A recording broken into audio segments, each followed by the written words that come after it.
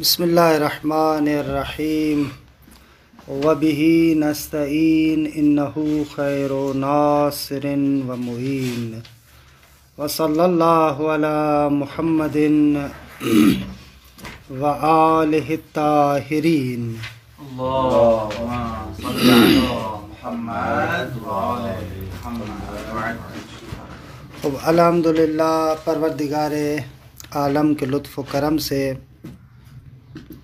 ہماری گفتگو کفایت الاصول کے مقدماتی مباحث میں سے آخری مقدمے میں ہے، یعنی مشتق کے بارے میں۔ عرض ہوا کہ مشتق سے مراد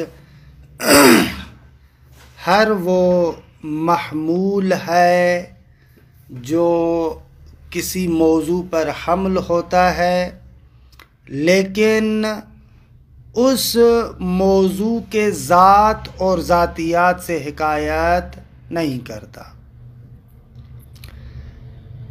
البتہ اس میں فرق نہیں پڑتا کہ وہ مشتق مصطلح مشتق ہو، جس کو آپ ادبی زبان میں مشتق کہتے ہیں، یا جامد ہو، فرق نہیں پڑتا۔ لہٰذا مرحوم آخوند نے کہا کہ ہماری محل بحث کے اندر اسم فاعل، اسم مفعول، صفت مشبہہ، صیغہ مبالغہ، اسم زمان، اسم مکان، اسم آلہ، واہ یہ سب داخل ہے۔ خوب یہاں پر ایک اعتراض ہوتا ہے خود اسم زمان کے بارے میں، کیونکہ آپ نے کہا کہ وہ ذات ایسی ہو کہ اس صفت سے جب جدا ہو تو ذات باقی ہو۔ یعنی آپ نے کہا کہ وہ جو مشتق اس ذات پر حمل ہو رہا ہے اس میں تینوں کیفیتیں ممکن ہو، تلبس بھی ممکن ہو، انقضاء بھی ممکن ہو، اور حتیٰ ترقب بھی ممکن ہو۔ یعنی بالفعل اس کے ساتھ متلبس ہو، اس سے جدا بھی ہو سکتا ہو، ماضی یعنی متلبس تھا اور اس سے جدا ہو گیا، اور مستقبل کے اعتبار سے اسے متلبس بھی ہو سکتا ہو۔ مثلا جیسے زید علم کی نسبت سے، اب یہ جو عالم ہونا ہے یہ مشتق ہے، کیونکہ ذات زید بالفعل علم کے ساتھ متلبس بھی ہو سکتی ہے۔ آغا علم اس سے جدا بھی ہو سکتا ہے، آغا ابھی اس کے اندر علم نہیں ہے، اس علم کو حاصل بھی کر سکتا ہے۔ مشتق کے اندر یہ چیزیں آتی ہیں۔ لیکن اس میں زمان کو آپ کس طریقے سے محل بحث میں شامل کر رہے ہیں؟ کیونکہ ظاہر سی بات ہے کہ ہم یعنی آخوند فلسفہ بھی پڑھا ہوا ہے، تو اس اعتبار سے زمان کے بارے میں فلسفے میں کہتے ہیں کہ کم میں متصل غیر قار ہے، کم میں متصل غیر قار، یعنی زمان وہ ایسی حقیقت ہے کہ جس کی ذات کے اندر سیال ہونا پوشیدہ ہے۔ ایک لمحے کے اندر آپ لمحے کو قید نہیں کر سکتے، ایسے سیال ہے، گزرا ہے۔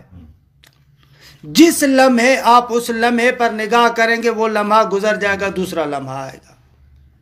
اس کی ذات کے اندر انصرام، انقضاء، سیالیت، بے ثباتی پائی جاتی ہے۔ زمان ایسے ہے کہ اس کے اندر ثبات نہیں ہے، بقا نہیں ہے، انصرام ہے۔ درست ہے آگا؟ حالانکہ کسی حد تک اگر نہج البلاغہ میں دنیا کے بارے میں اگر آپ دقت کریں، اس نقطے کو مولا نے بہت زیادہ فوکس کیا ہے کہ دنیا بھی ایسے ہی ہے، اس کے اندر بقا نہیں ہے، پائیداری نہیں ہے، ثبات نہیں ہے، انصرام ہے۔ دار و مجاز، مجوز وہی گزرگاہ ہے، ایسے ہے.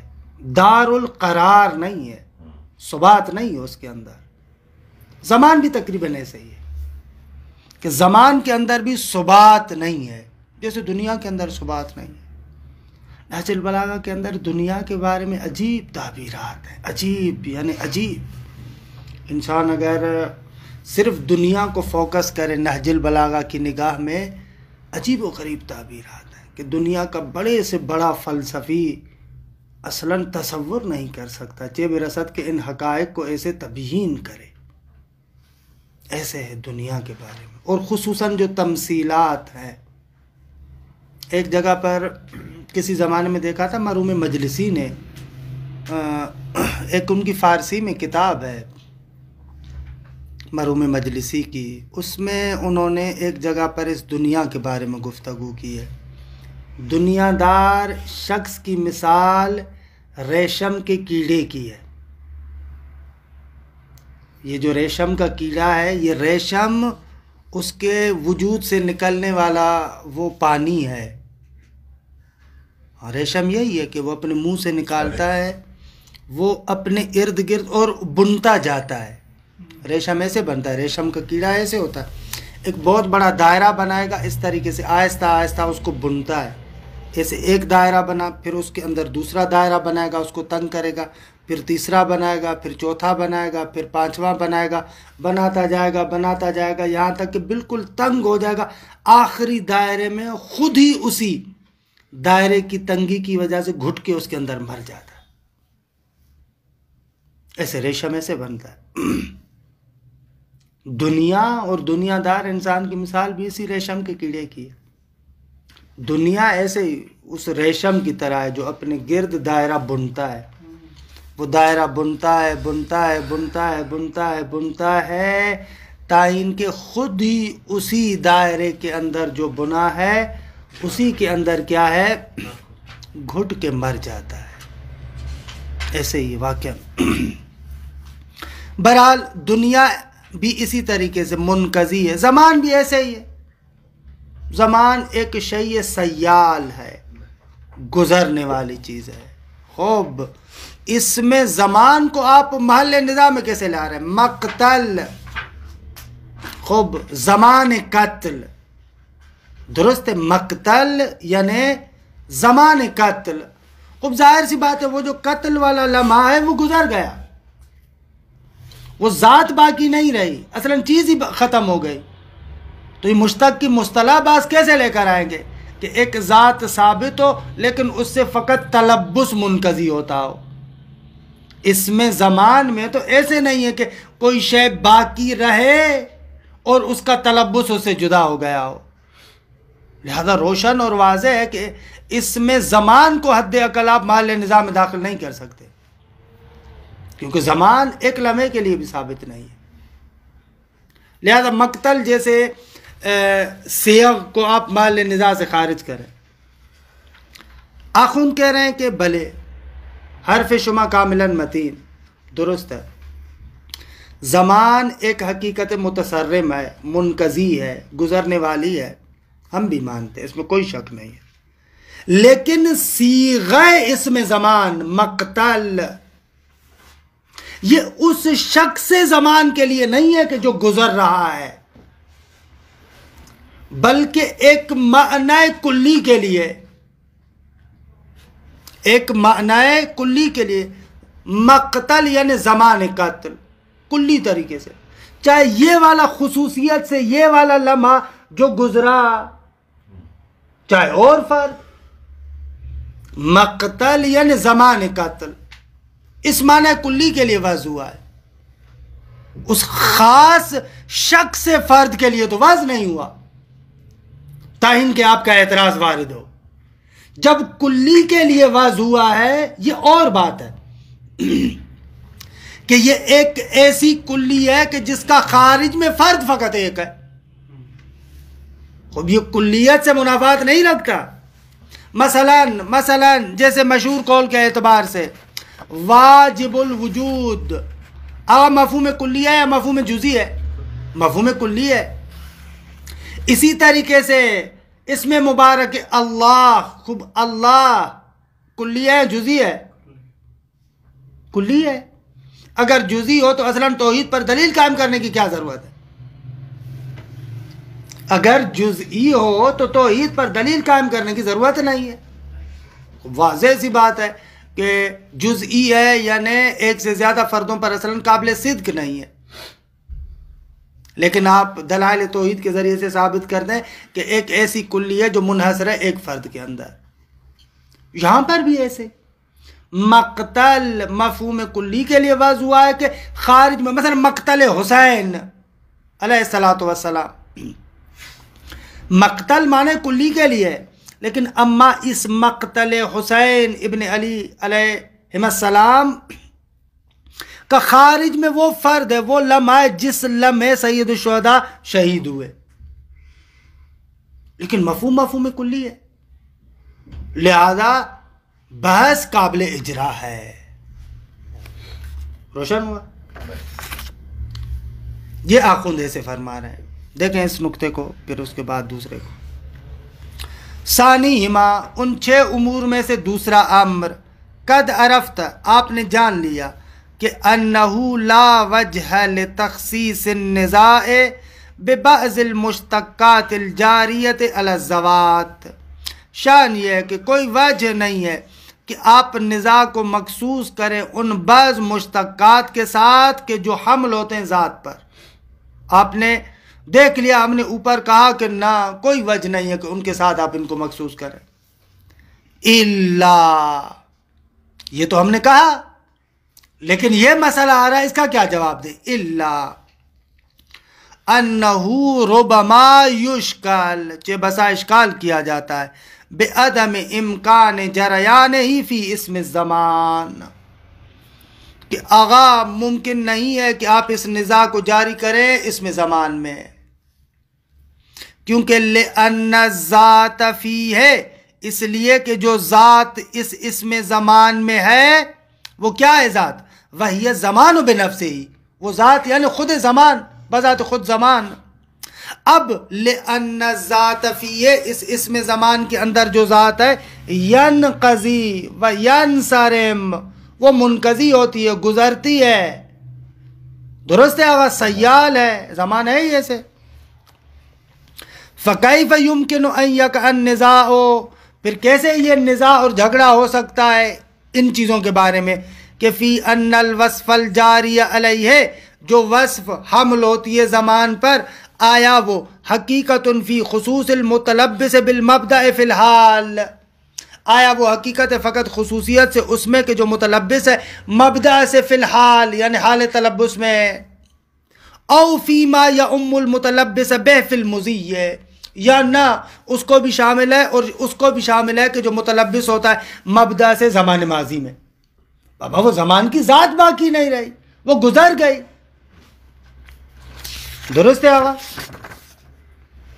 وَيُمْكِنُ حَلُّ الْإِشْكَالِ، آقا اشکال کو حل کرنا ممکن ہے، بِأَنَّ انحصار مفہوم عام بفرد کما فی المقام لا یوجب ان یکون وضع اللفظ بإزاء المفرد دون العام، آقا ایک مفہوم عام کا ایک فرد میں منحصر ہونا، جیسے کہ ہمارے مقام میں یعنی اس مال لباس میں، اس میں زمان کی باس میں ہے، ایک مفہوم عام کا فرد واحد میں منحصر ہونا سبب نہیں بنتا کہ لفظ کو وضع کیا جائے اسی فرد کے مقابل، دون العام، نہ کہ مفہوم عام کے لیے، اس کا تو موجب نہیں ہے۔ وَإِلَّا، اگر ایسے ہی ہوتا، اگر ایک مفہوم منحصر ہوتا فرد واحد میں تو آپ کہیں کہ وہ کلی نہیں بن سکتا، اسی کے ساتھ خاص ہے، تو پھر ان دو لفظوں میں کیا کہیں گے آپ؟ وَإِلَّا، اگر موجب بنتا تو لما وقع الخلاف فیما وضع له لفظ الجلالہ، تو آگا کبھی بھی اختلاف نہ ہوتا علماء کے درمیان کہ لفظ جلالہ یعنی اللہ آیا کلی ہے یا جزئی ہے۔ مع ان الواجب، دوسری مثال بھی دے دی، ساتھ اس کے کہ واجب موضوع للمفہوم العام، واجب الوجود مفہوم عام کے لیے وضع کیا گیا ہے، مع انحصارہ فیہ تبارک و تعالی، درست ہے، ساتھ اس کے کہ واجب منحصر ہے اسی اللہ تبارک و تعالی میں۔ اللہ یہ حال ہے، آپ کیا سمجھ رہے ہیں؟ اسے مسئلہ حل ہو گیا؟ ہاں خوب آغا، پہلی بات تو آغا آخوند یہ جو آپ فرما رہے ہیں کہ یہاں پر مفہوم عام ہے لیکن منحصر ایک ہی فرد میں، درست ہے، اور ایسا فرد ہے کہ جس کا دوسرا ممکن ہی نہیں۔ اصلاً یہ پہلی بات تو حکمت وضع کے خلاف ہے۔ آپ کہیں کہ یہ جو شخص زمان ہے مقتل حسین، یہ شخص زمان، اس کے لیے ایک لفظ کلی وضع کر رہے ہیں۔ بابا اس لفظ کلی کا دوسرا فرد ممکن ہی نہیں ہو سکتا، واضح پھر کیوں وضع کرے گا؟ آ کر واضح کیوں وضع کرے گا ایک ایسا لفظ کہ جس کا دوسرا فرد اصلاً ناممکن ہے؟ وثانیاً بابا مشتق کے بعض کو جاری کیسے کرو گے؟ اس کا فرد خارج میں ہے ہی نہیں، تو بعض کیسے ہوگی؟ چلے حکمت وضع کو بھی چھوڑ دیں، آپ حکمت وضع کو بھی ہم نے چھوڑ دیا، لیکن یہ تو مان رہے ہیں نا کہ خارج میں اس کا ایک یہی فرد ہے۔ خوب خارج میں یہ پھر مان لے بعض اس میں آئے گا کیسے؟ بھائی وہ جو مقتل ہے وہ تو زمان گزر گیا نا ادھر، تو یہ بحث کہاں کریں گے؟ آپ ہوا میں بحث کریں گے؟ کہاں پر بحث کریں؟ اس کا فرد ہی نہیں ہے۔ اللہ سلم نوازے نے بھی وضع کر لیا، چلے آپ کہیں کہ حکمت وضع کے خلاف نہیں ہے، اس نے وضع کیا، حالانکہ ہے، لیکن بحث کو کیسے جاری کرو گے یہاں پر؟ نا ایک مسئلہ ہے اپنی جگہ۔ اسی لیے بعض لوگوں نے ایسے توجہ کیا، مجھے یاد آ رہا ہے اصول فقہ میں بھی شاید وہ توجہ آئی ہے۔ بعض بزرگان مرحوم اصفہانی کمپانی آغا شیخ محمد حسین اصفہانی نے توجہ کیا کہ بابا مقتل تو فقط زمان کے لیے نہیں ہے، زمان اور مکان کے لیے وضع ہوا ہے صیغہ۔ مقتل فقط زمان کے لیے نہیں ہے نا، یہ صیغہ ہے زمان و مکان دونوں کے لیے۔ اچھا زمان کے لحاظ سے قابل بحث نہیں ہے، اما مکان کے لحاظ سے قابل بحث ہے یا نہیں ہے؟ بس صیغہ مقتل محل نظام میں آ سکتا ہے مکان کے اعتبار سے۔ مطلب جن میں ایک ہی صیغہ استعمال ہوتا ہے زمان و مکان میں، بھلے عام طور پر ایسے ہی ہوتا ہے نا، اس میں زمان و مکان کا ایک ہی صیغہ، دو صیغے تو نہیں ہے۔ مفعل مفعل یہی ہے نا، دو تو نہیں ہے۔ کیسے؟ مثلا اس میں زمان کے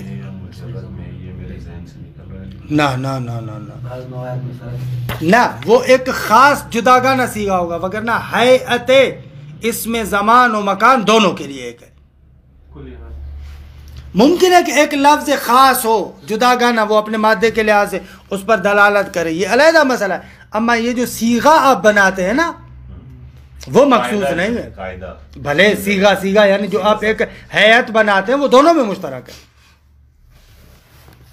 اصول فقہ میں بھی شاید یہ توجہ کی ہے، وہاں پر ایسے کی کہ اصل آغا شیخ محمد حسین اصفہانی کے اللہ اس کا بھی جواب دیتے ہیں کہ نا آغا مشترک لفظی ہے، کوئی زمان اور مکان میں جامع تھوڑی ہے، زمان اور مکان اور ہے۔ اسی لفظ کو دو مرتبہ وضع کیا گیا ہے، ایک مرتبہ زمان کے لیے، ایک مرتبہ مکان کے لیے۔ بس بعض ہم اس میں زمان کے لیے جو لفظ ہے وہ نہیں آئے گا۔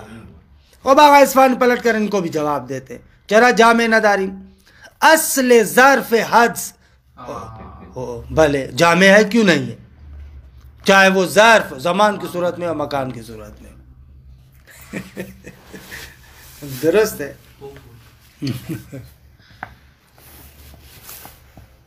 خوب اس پر بھی اشکال کرتے ہیں، ہاں اس پر بھی اشکال کرتے ہیں کہ گزریں برحال، چلے آگے یا بس کریں؟ بھلے تیسرا نقطہ یہاں پر ایک بحث کرتے مرحوم آخوند کہ ادبیات کو تھوڑا سا جھنجھوڑتے ہیں۔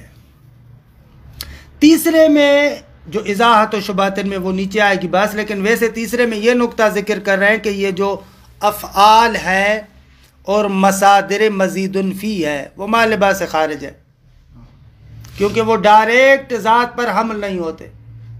ہم نے کہا تھا نا کہ یجری علی الذات، جارین علی الذات، جارین علی الذات یعنی ذات پر قابل حمل ہو. خوب فعل تو ذات پر قابل حمل نہیں ہے، درست ہے، نسبت ہوتی ہے لیکن حمل نہیں ہوتا. ہوویت درست نہیں ہوتی. حمل سے مراد یعنی ہوویت، این اوناست، یہ وہ ہے، ہاذا ذاکا، ہوا ایسے نہیں ہوتا فعل میں. مصادر میں بھی ایسے نہیں ہوتا. آپ نہیں کہتے زید عدلون، کہتے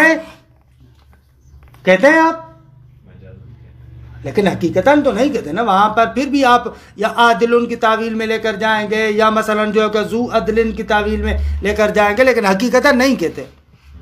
لہذا یہ مباحث سے خارج ہے. ثالثا انہ من الواضح خروج الافعال والمصادر المزید فیہا. آغا جو افعال ہے اور وہ مصدر جو مزید فی ہے وہ خارج ہے عن حریم النزاع. آغا حکیم بزرگوار خدا ان پر رحمت کرے، ان کا ایک بہت اچھا تعلیقہ ہے کفایہ پر. ہاں بہت اچھا تعلیقہ ہے آغا حکیم کا، حقائق الاصول کے نام سے. وہ کہتے ہیں کہ آغا آخوند یہ مصادر کو مزید فی کے ساتھ کیوں مقید کیا ہے؟ چاہے مصدر مجرد ہو، چاہے مزید فی ہو، حریم با سے خارج ہے. کیوں آپ کہہ رہے ہیں کہ انہ من الواضح خروج الافعال والمصادر المزید فیہا عن حریم النزاع؟ درست ہے. کیوں آپ نکال رہے ہیں؟ وہ ایسے اشکال کرتے ہیں. خوب آخوند کا دفاع کیا جا سکتا ہے، آخوند کا دفاع کیا جا سکتا ہے. آخوند مصدر مزید فی کو مشتق قرار دیتے ہیں، اما اس مصدر کو جو ثلاثی مجرد کا ہے اس کو اصلا مشتق نہیں مانتے. آخوند کہتے ہیں کہ اکرام بھی مشتق ہے، مصدر مزید فی مشتق ہے، ثلاثی مجرد کے مصدر سے نکلا ہے. لہذا بات مشتق کی ہو رہی ہے، لہذا قید لگا رہے ہیں مصدر مزید فی. انہ من الواضح خروج الافعال والمصادر المزید فیہا عن حریم النزاع. کیوں؟ اس لیے کہ لکونہا غیر جاریۃ علی الذوات. آغاز یہ ذوات پر جاری نہیں ہوتے، جاری کا عرض کیا، ذات پر حمل نہیں ہوتے، ذات کے ساتھ اتحاد پیدا نہیں کرتے، ذات کے ساتھ ہوویت درست نہیں کرتے، ہاذا ذاک درست نہیں کرتے. کیونکہ ضرورت ان المصادر المزید فیہا کالمجردۃ فی الدلالۃ علی ما یتصف بہ الذوات ویقوم بہا کما لا یخفی. اس لیے کہ یہ جو مصادر مزید فیہا ہے یہ مصادر مجرد کی طرح ہے کہ فقط اس بات پر دلالت کرتے ہیں کہ علی ما یتصف بالذوات، اس پر دلالت کرتے ہیں کہ ذوات ان کے ساتھ متصف ہوتی ہیں. درست ہے آقا؟ فقط یہ اس پر دلالت کرتے ہیں. وَيَقُومُ بِهَا، اور ذوات ان کے ساتھ قائم ہوتی ہے، وگرنہ ہوویت درست نہیں کرتے. وَأَنَّ الْأَفْعَالَ إِنَّمَا تَدُلُّ عَلَى قِيَامِ الْمَبَادِئِ بِهَا قِيَامَ صُدُورٍ أَوْ حُلُولٍ أَوْ طَلَبِ فِعْلِهَا أَوْ تَرْكِهَا مِنْهَا عَلَى اخْتِلَافِهَا. فرماتے ہیں کہ افعال فقط اور فقط دلالت کرتے ہیں علی قیام المبادئ بہا. درست ہے، ان ذوات کے جو مبادی ہے، درست ہے، وہ قائم ہیں. درست ہے، ذوات ان مبادی کے ساتھ قائم ہے، فقط اس پر دلالت کرتے کہ ذوات ان مبادی کے ساتھ قائم ہے.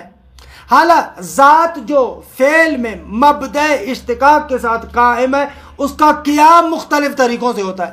یہاں قیام صدوری ہے، ضرب زیدون، یا قیام حلولی ہے، مرض زیدون، یا مثلا جو ہے وہ کیا طلب فعل والا ہے، اضرب، یا ترک والا ہے جیسے لا تضرب، ایسے ہو سکتا ہے. اما لیکن ان کا کام فقط یہ کہ ذوات ان کے ساتھ اس کے مبدأ کے ساتھ قائم ہے، فقط اتنا مطلب سمجھ میں آ رہا ہے، اتحاد پیدا نہیں کرتے. خوب یہ بات یہاں پر تمام ہو جاتی ہے. یہاں پر آخوند کہتے ہیں ازاحت و شبہتین. ایک بحث ہے نحو کے اندر، ہم لوگ جب نحو پڑھتے ہیں تو ہمیں کلمے کی تقسیم جب بتاتے ہیں نا، کہتے ہیں کہ کلمہ یا اسم یا فعل ہے یا حرف ہے، تو کیسے تقسیم کرتے ہیں؟ کلمہ یا معنی مستقل پر دلالت کرتا ہے یا نہیں کرتا. اگر دلالت کرتا ہے تو وہ معنی زمان کے ساتھ مقترن ہے یا نہیں ہے. اگر زمان کے ساتھ مقترن ہو تو فعل، نہ ہو تو اسم، اگر غیر مستقل معنی پر دلالت کرے تو حرف.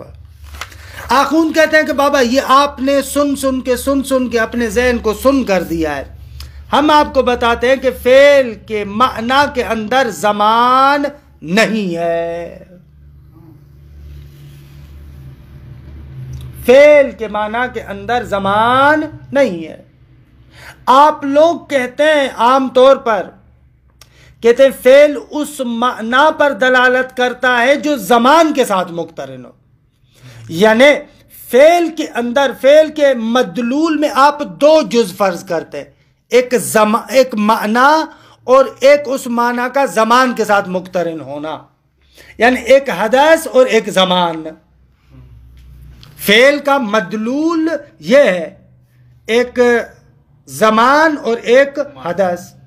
اسی لیے ہم کہتے ہیں نا کہ الآن زمان پر تو دلالت کرتا ہے، فعل کیوں نہیں؟ یا مثلا اور جو الفاظ امسے، غدان، ان کو آپ فعل کیوں نہیں کہتے؟ یہ فعل کی تعریف سے کیسے خارج ہے؟ یہ خود زمان پر دلالت کرے، حدث مقترن پہ زمان پہ دلالت نہیں کرتے. فعل فقط حدث پر دلالت نہیں کرتا اور زمان پر دلالت نہیں کرتا، حدث مقترن با زمان. الان فقط زمان پر دلالت کرتا، غدن فقط زمان پر دلالت کرتا، لہذا فعل نہیں ہے. درست ہے؟ اسم ہے، بھلے اسم، الان اسم ہے، غدن اسم ہے. کیونکہ فعل میں ہم کہتے ہیں وہ معنی بھی ہو، حدث بھی ہو، اور وہ حدث زمان کے ساتھ مقترن بھی ہو. معنی مستقل بھی ہے، بھلے معنی مستقل بھی ہے. حرف کے مقابلے معنی مستقل تو ہے، اس میں تو شک نہیں. ایسے کہتے ہیں نا، یعنی زمان پر فعل کی دلالت تضمنی ہے، دلالت مطابقی نہیں ہے. الان کی دلالت زمان پر دلالت مطابقی ہے، لیکن فعل میں زمان پر دلالت ہوتی ہے، لیکن وہ دلالت تضمنی ہوتی ہے. اچھا، اس بات کو ہم کل کریں گے، لیکن ایک ضمناً جملہ صرف کہہ دوں. اکثر ایک شبہ ہوتا ہے، اشتباہ ہوتا ہے، اس کو تھوڑا سا تصحیح کر لیں. ہم لوگ دلالت تضمنی کی کیا تعریف کرتے ہیں؟ جو فقط جز پر دلالت کرے، یا لفظ آپ کہیں اور ارادہ کرے جز کا. تضمنی ایسے نہیں ہے، یہ اشتباہ ہے. فقط جز پر دلالت کرنا یا لفظ اطلاق کریں اور فقط جز کا ارادہ کریں، یہ تضمنی نہیں ہے. بلکہ تضمنی اس طریقے سے ہے، جب ایک لفظ ہوتا ہے نا، ایک لفظ ہوتا ہے، اس کا معنی مرکب ہو، تو لفظ جب اپنے معنی پر دلالت کرے گا نا تو ضمناً ان اجزاء پر بھی دلالت کرے گا. خوب یہ دلالت ہے، نہ کہ لفظ کہیں اور خصوصیت سے فقط ایک جز مراد لیں. یہ اشتباہ ہے. اسی لیے حتیٰ بعض محققین کہتے ہیں کہ دلالت تضمنی اصلاً وضعی نہیں ہے، عقلی دلالت ہے. کہ لفظ جب اپنے پورے معنی پر دلالت کرتا ہے تو ضمناً اجزاء پر بھی دلالت کرتا ہے. متول میں تفتازانی ایسے کہتے ہیں اصلاً دلالت تضمنی دلالت عقلی ہے. عقل انسانی اس کو سمجھتی ہے کہ بابا جب لفظ ایک اپنے کلی معنی پر دلالت کرتا ہے تو ضمناً اجزاء پر دلالت کرتا ہے. یہ تضمنی ہے کہ اس کی طرف ہماری توجہ بہت کم جاتی ہے، کیونکہ بسا اوقات جب ہم المنطق پڑھتے ہیں تو وہاں پر اس کا بیان بھی تھوڑا رہزن ہے، اس طرف لے کر جاتا ہے کہ لفظ کہیں اور فقط خالی مفرد مراد، خالی ایک جز مراد ہو. یہ نہیں ہے. اسی لیے کہتے ہیں کہ دلالت تضمنی کبھی بھی مطابقی سے جدا نہیں ہو سکتی. المنطق میں نہیں ہے، لیکن پرانی جو منطق کی کتابیں، حاشیہ ہو گیا، شرح شمسیہ وغیرہ، وہاں پر یہ بات کرتے ہیں. حتیٰ کبریٰ فی المنطق میں بات کرتے ہیں تضمنی مطابقی سے جدا نہیں ہو سکتی. التزامی مثلاً کیا ہے، مطابقی سے جدا نہیں ہو سکتی. ایسے اسی لیے کہ جب اپنے ضمناً اجزاء پر دلالت کر رہے ہیں، کل پر تو دلالت ہے یہ اس کی. تو بہرحال اس کو پھر آپ کو بھی تھوڑا سا جانا ہے، تو اس بات کو انشاءاللہ کل ذکر کریں گے. آخون 4 دلائل دیتے ہیں کہ فعل کے معنی میں زمان نہیں ہے. اشتباہ می کنی آغا جان، فعل کا ایک جز زمان ہو، ایسے نہیں ہے۔ صلی اللہ علی محمد وآل بیتہ الطیبین الطاہرین۔ اللهم صل على محمد مجھے ہو جائے گا